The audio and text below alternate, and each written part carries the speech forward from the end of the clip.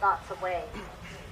When Moon entered the kitchen, he expected to see Mama preparing his last night's supper, chopping choy and those annoying turnips.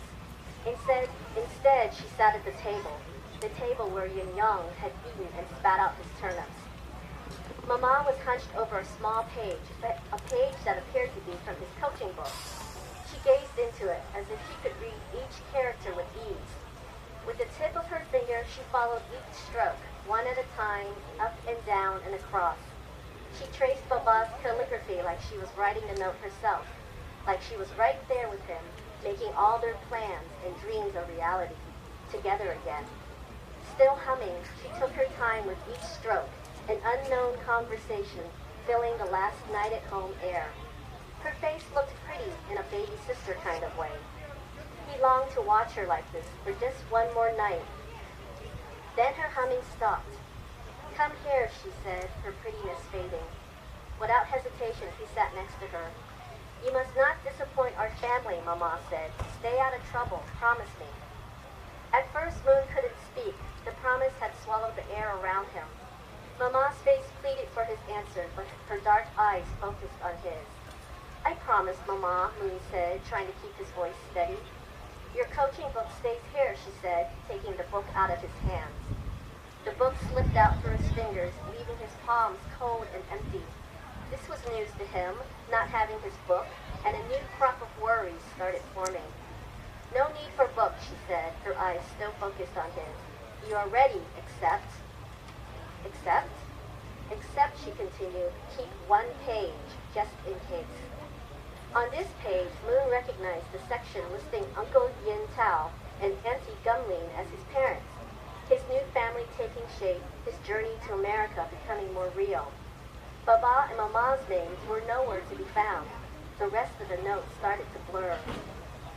She flattened the paper against the table. Then she folded it in half, following the crease between her two fingers, then half again, and again until the paper dwindled to the size of a dried red date. She curled her fingers around it, securing it in the palm of her hand, close to her like a favored son. Next to her arm, not far from Moon's coaching book, a derby cap rested on the table. "This cap belonged to your Baba, like new." Mama touched its brim with care, a tiny smile forming across her face. So tiny and so brief that if Moon blinked, he would have missed it. She then flipped Baba's cap over so that the inside faced outward. Of course, no one can know. Better to keep paper hidden. No one can find out who you are. Mama slid the paper under the cap's seam. Like a dutiful son, it obeyed without a single complaint. With needle and thread, she began her work. She wove intricate stitches in and out of the seam, sealing off the past. The edges were smoothed over by her fingertips, rough from the day's work. Thread trailed from the cap's edge to her hand. With the remaining thread, she moistened one spot with her lips, and taking it between her strong teeth, she broke it off. A clean cut. "Tell no one," she instructed. "Take paper out only if you need. Just in case, only if you need." These words, these last instructions turned into more worries that sank deep into Moon's heart.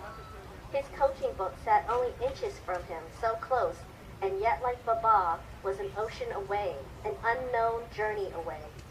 There was a page or two that he needed to study, something about the kitchen, or maybe it was his school or teachers. Now he would never have the chance. He thought he had more time. "Lean forward. Your Baba will be proud when you return his cap to him. We can't disappoint him, can we?" Moon bowed his head, wanting to be the dutiful son she expected.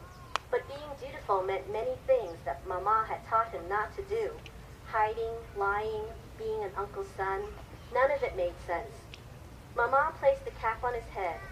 Where the paper was hidden, a slight bump scratched his forehead. An itch flared up and he dug his fingernails into his forehead. It didn't help. Moon grabbed the cap and took it right off. "It itches!" "Moon!" Mama raised her hand to him. He braced himself for another knuckling, maybe the last one for a long while. Her hand neared his head, her middle knuckle within rapping distance, but nothing happened.